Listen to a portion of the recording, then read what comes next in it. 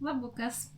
Pasidariau pietukus paprastus ir sakau, kol valgysiu, papasakosiu, kas vyksta, kur keliauju ir kokie čia mano planai artimiausius kelis mėnesius.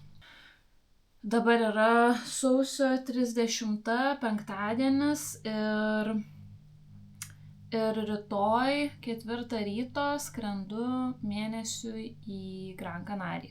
Ir mano šiandienos pagrindinė užduotis yra susidėti visus daiktus, susipakuoti dviratį ir jeigu pavyks dar pamiegot gal kelias valandas iki skrydžio, nes realiai 2 turi būti oro uoste nakties, 4 skrendam, skrydis 6 valandos į Gran Canaria. Bent jau gerai tiek, kad tiesioginis skrydis ir tiesiai iš Vilniaus per 6 valandas jau pavyks nusigauti į Gran Canaria. Tai vietos laiku 8 ryto jau būsim tenai ir jo. Tai skrendam su Tomu Morozovu, linkėjimai, jeigu žiūrėsi. Po 3 dienų, žodžiu, prisijungė ir Jonas, tai taip maždaug 2 savaitės būsim 3, tada Jonas skrenda į Deniją, o Tomas skrenda į Vilnių namo ir atskrenda Daiva Ragažinskienė. Tai likusias 2 savaitės Gran Canarijoje praleisiu su Daiva. Šiaip labai dėl to jaučiuosi excited. Ir tada po 2 savaičių jau Daiva skrenda namo, o aš skrendu į Deniją pas Joną, nes Jonas jau bus 2 savaitės maždaug ten pabuvęs. Tai kelias dienas pabūsim kartu, tada jisai skrenda į Portugaliją į MTBO stovyklą, o aš nežinau dar, kada grįšiu namo, kada grįšiu į Vilnių, dėl to, nes mano planas yra pabūt kažkur iki kovo pabaigos, iki balandžio pradžios Denijoje, bet dar kadangi nežinau kur ir su kuo ir kaip, tai dar nieko konkretaus nesu suplanavus, tai yra neturiu atgalinio bileto iš Ispanijos į Vilnių. Tai matysim, kiek aš čia laiko užtruksiu, bet paskutinius 2 metus, būtent vasario, kovo mėnesiais būdavau Tenerifei. Prieš 2 metus buvau Tenerifei su tikslu pasiruošti pusmaratoniui Berlyno, tai realiai tik bėgiojau, dar dviračio, dar dabartinio dviračio, su kuriuo dabar važinėju, net neturėjau, bet tada buvo kertinis lūžis, kai nusipirkau tą dviratį ir grįžus prabėgau tą pusmaratonį Berlyne ir po pusmaratonio jau sėdau ant dviračio ir nuo tada į bėgimą jokio fokuso didelio neakcentavau. Tai yra vienu momentu pernai metais žiemą bandžiau ruoštis varžybom, bet stipriai susirgau ir sakau, kad gal vis dėlto nereikia ir nelemta ruoštis bėgimo varžyboms. Tikriausiai ir norėjau labiau dviratį mint.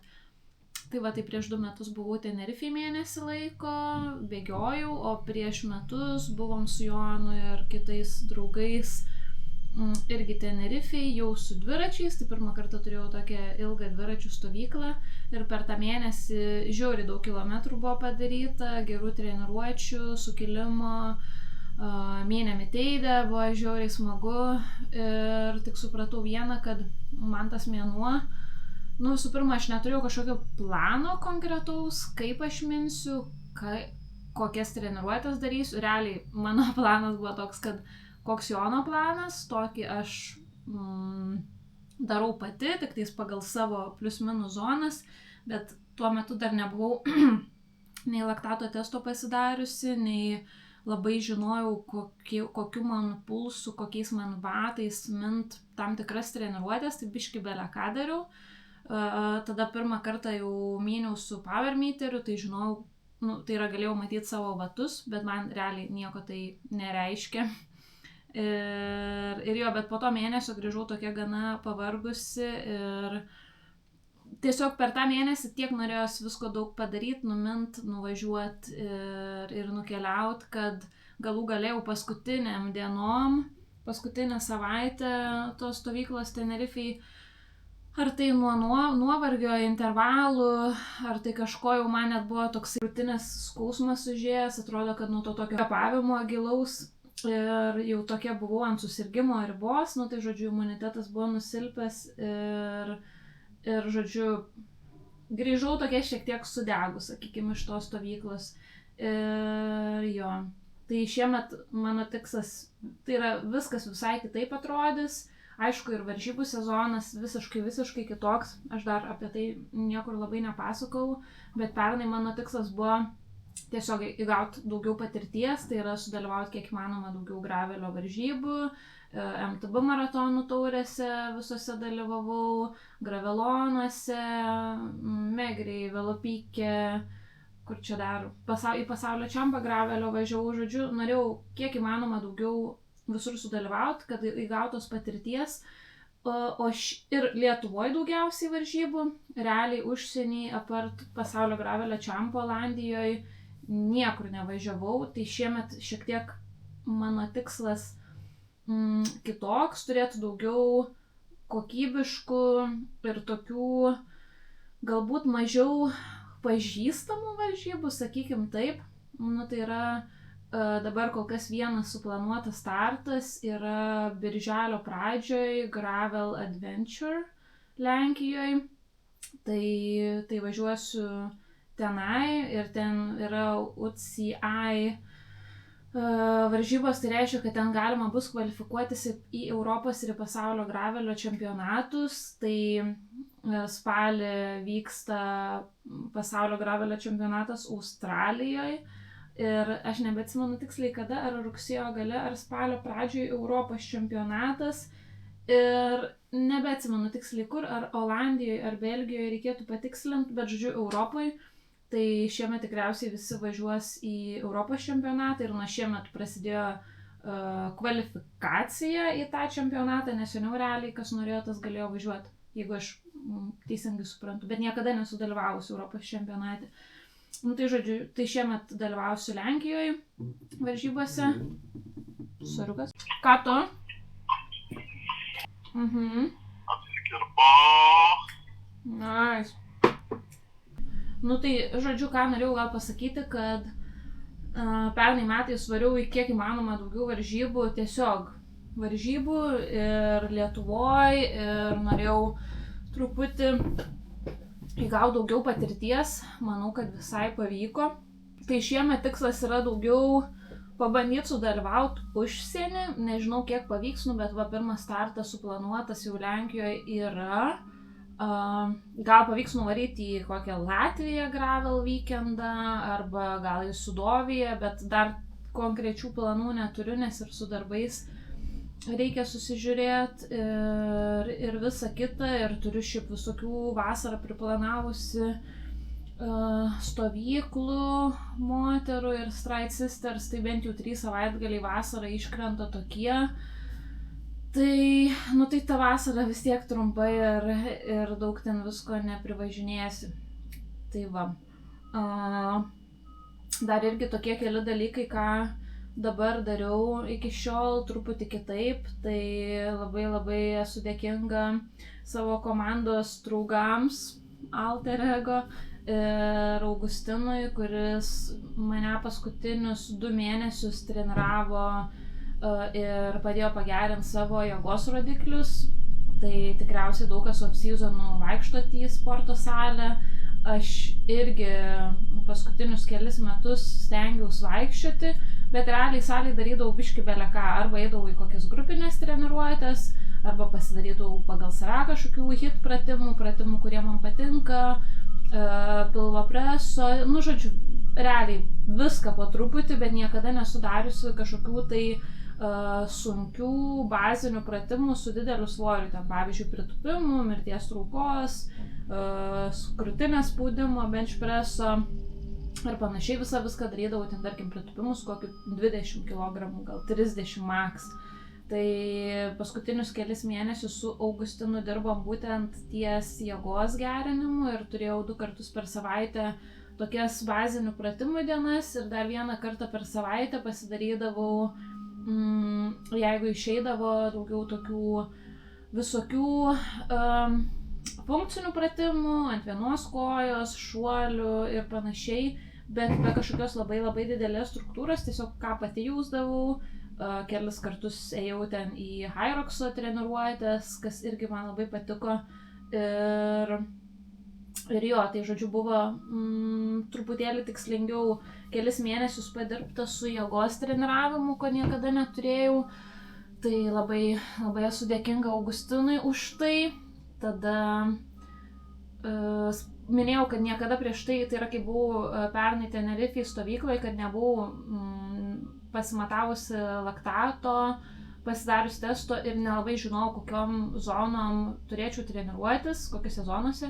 Tai kadangi nuo pernai metų Liepos kažkur vidurio pradėjau dirbti su Rojum Adomaičiu, dabar jis yra mano dviračių treneris jau daugiau nei pusę metų, man atrodo. Ne, gal šiek tiek mažiau, nes baigiau sezoną spalio vidury ir po to iki pat dabar turėjau pertrauką nuo dviračių. Tai yra būdavo, kad paminu ant treniruoklio arba lauke, bet labai ne pagal kažkokį planą ar struktūrą, tiesiog ką sugalvoju. Ir iki šiol žiemos laikotarpiu, aišku, su lygumų slidėm slidinėjau, pabėgiodavau, žodžiu, fokuso į kažkokias tikslingas treniruotės nebuvo, tik tai sporto salėj.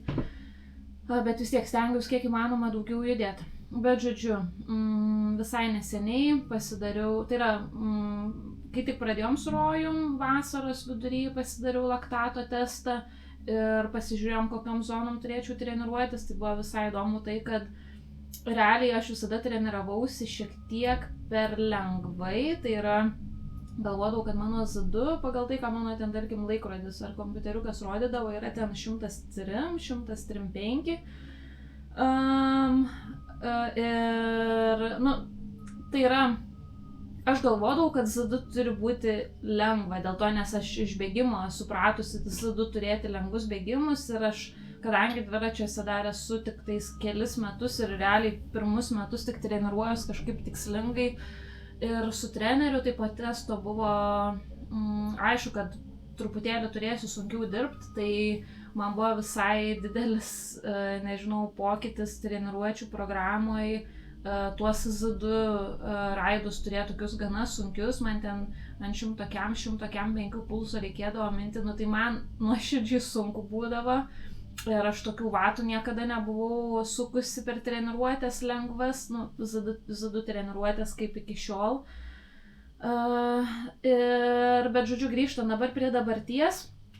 Tai prieš mažiau nei savaitę pasidarėm su komanda laktato testus ir visiškai be kažkokios tai struktūros ilgo laiko treniruočių pasitikrinom savo zonas ir slenkščius. Tai,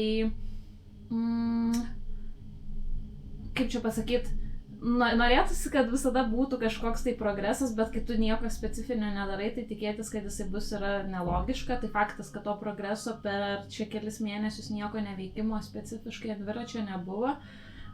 Ir kaip tik visi slenkščiai šiek tiek pakrito. Bet iš kitos pusės tai aš visai džiaugiuosi dėl to, nes mano dabar lengvos treniruotės bus lengvesnės negu aš, kad buvau pratus paskutiniu metu važiuoti, kurios sakiau, kad man buvo gana sunkios. Tai dabar pradėsiu labai lėtai, labai ramiai. Visą mėnesį vasario beveik, priklausomai kaip adaptuosis kūnas, žiūrėsim, bet treniruosiuosi labai ramiai, visas fokusas į pirmą laktato slenkstį ir į aerobinių savybių gerinimą. Tai žodžiu daug lengvų, lėtų raidų ir po to jau pradėsim stimuliuoti greičio aspektus ir jau kovo mėnesį paskirsim daugiau intervalam ir sunkesniem treniruotėm. Bet dar kitas dalykas visiškai man naujas, tai yra pasistengsiu, nežinau kaip man seksis, ar neperdegsiu, ar užteks laiko. Taip pat palaikyti 2 kartus per savaitę treniruočių sporto salėj ir sezono metu, ir pasiruošimo sezonui metu. Seniau būdavo, kad jau kai pradedu ruoštis šiuo laikotarpiu, tai viskas, nuimu visas jėgos treniruotės, nes galbūt nėra laiko, nėra galimybių, bet labiau galbūt tiesiog aš galvodavau, kad man nereikia.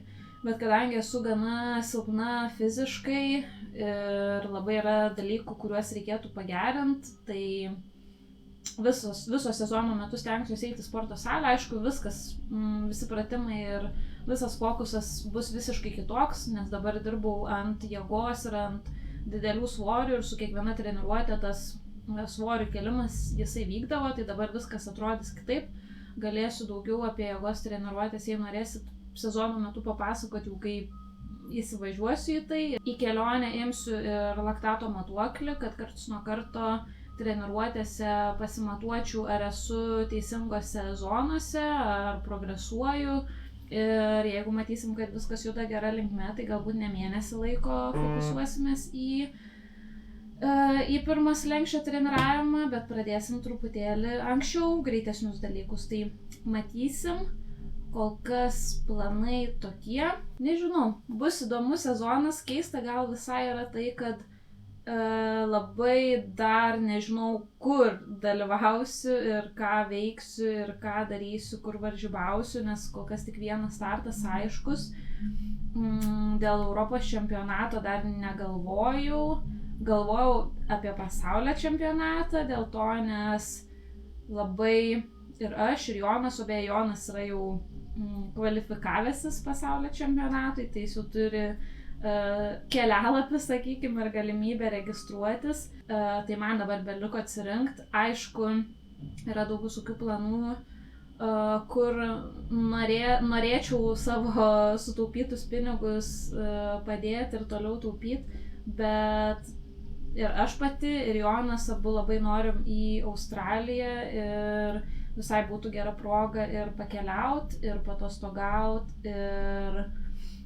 ir sudalyvauti pasaulio čempionate Australijoje, kodėl ne. Tai va, tai kol kas planai sezono tokie, jų mažai, nekonkretus kažkokie labai, bet matysim toliau. Ir nežinau, toliau kviečiu keliauti su manim, krautis daiktų, papasakosiu viską, ką deduosi ir ko man prireiks, tikiuosi, kad nieko nepamiršiu, bet jei pamiršiu, tai geras dalykas tas, kad Jonas po kelių dienų atskris, tai galės atvežti dalykų.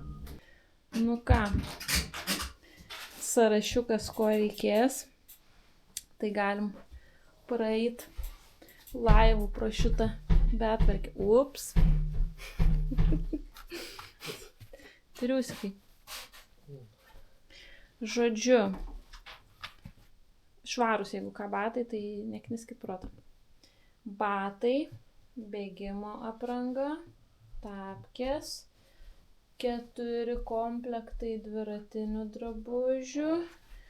Čia yra batai, kojinės, rankiukai, kojukai, batų pirštukai tokie, kaip antbačiai, bet tokie ant pirštukų. Kaklaskarė, maudymkės, striukė, liemenė, vėjo striukė plonesnė. Čia yra 2 šortai ir kelnės, 4 maikutės, naktinė maikutė, suknelė, megztukas, pulsometras, kompiuteriukas, pompytė, akiniai. Tada jaučiu didžiausią vietą sudaro maistas. Tai Powerbaro guminukai, geliukai Maurteno, Siso angliavandeniai, elektrolitai, šalmas ir kepurė su snapeliu. Čia kosmetika, nuo saulės akiniai. Čia šitos kamerytės baterijos. Imu visą. Tada mikrofonas, pavarų, tai yra permetėjo pakrovėjas. Čia dar elektrolitų, druskos, papildai, geležis, ked, papildai susikrovau beveik 2 mėnesių normą į šituos. Omega 3. Juostinis fotikas. Čia vyksta jau dviračio surinkimas, išrinkimas, atrinkimas, sudėjimas. Dėžių namie daug dėl to, nes ir Jonas išvaro, bet jis 2 dviračius ima. Tai gertuvės pasiėmiau 2,5 litro, nes tik tokias dabar turėjau ir vieną pasiėmiau didesnę. Tai dabar liko visą šitą, nes lyg ir pagal sąrašą viską susidėjau.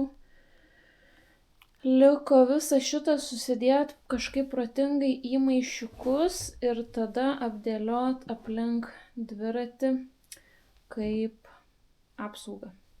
Aš taip bent jau darau.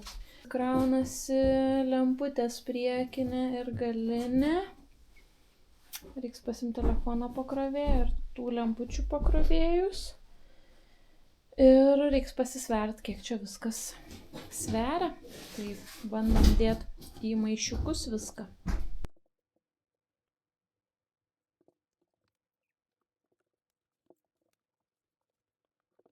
Dviratukas dėžiai atrodo taip. Tai dabar reikės visus tuos maišiukus apdėlioti aplink dviratį. Ir bus apsauga ir ekstra vietos daiktams. Turiu dar vieną tokį ekstra life hacką. Jeigu turit tokią pagalvytę, aš dar nežinau, ar man čia trūks vietos lagamine, dviračio dėžė ar ne, bet vis tiek, kadangi skrydis per naktį ir norėsis pailsėt, tai aš išmaunu pagalvėlę iš užvalkaliuko ir į šitą užvalkaliuką prisidedu visokių drabužių. Gerai, pradedam grūst.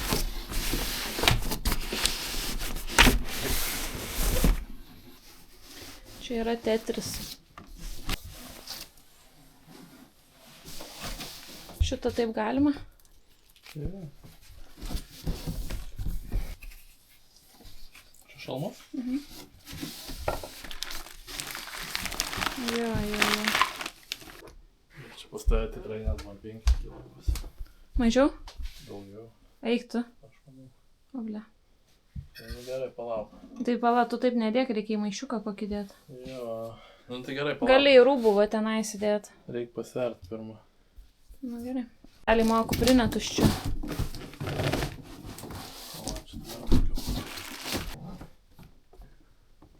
Oho, šiam 2,9 su drabužiais. Tai rodo 1,5 kilo plius. Oh, no. Oh, no. Hello. No. Stoja?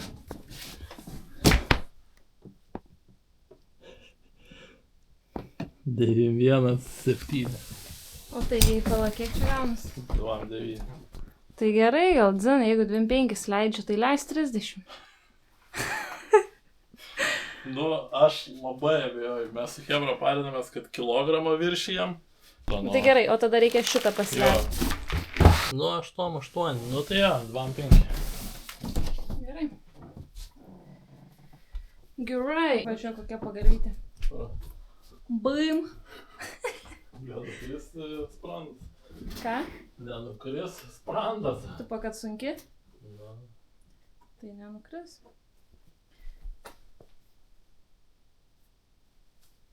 Va. Tai išbandysiu atsigult. Eikt. Afigienai. Nu va, žodžiu, kuprinė sudėta. Vakaras jau. Tai kupriniai bus papildai, visi geliukai, akiniai, biškutį drabužių, gravelenų gertuvė. Tada dar bandysiu sutalpinti tokį tašiuką, nes man jo prireiks. Nu, arba dėsiu į dėžę, dar nežinau. Čia dar šiek tiek sneksiu. Editinu šitą video. Ir dėžėjai viskas jau sukrauta, realiai liko tik tais užklijuoti. Nu, tai dar palieku iki paskutinės minutės, jei netyčia prisiminsiu, kad dar kažko reikia. Visada prieš tokias ilgas keliones būna nerimo, ar viskas bus gerai, ar atskrisiu, ar išskris lėktuvas, ar neišskris ir taip toliau. Ačiū, kad žiūrėjot.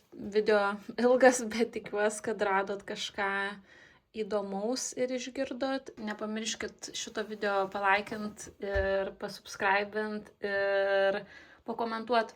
Ar kažką norėtumėt specifinio pamatyti iš Gran Canarijos, iš treniruočių, gal kažkas įdomu, gal turit kažkokių tai pastebėjimų, komentarų, žodžiu. Rašykit, komentuokit, laikinkit, subscribinkit ir ačiū jums visiems labai už palaikymą. Ir pasimatysim Gran Canarijoje. Ate.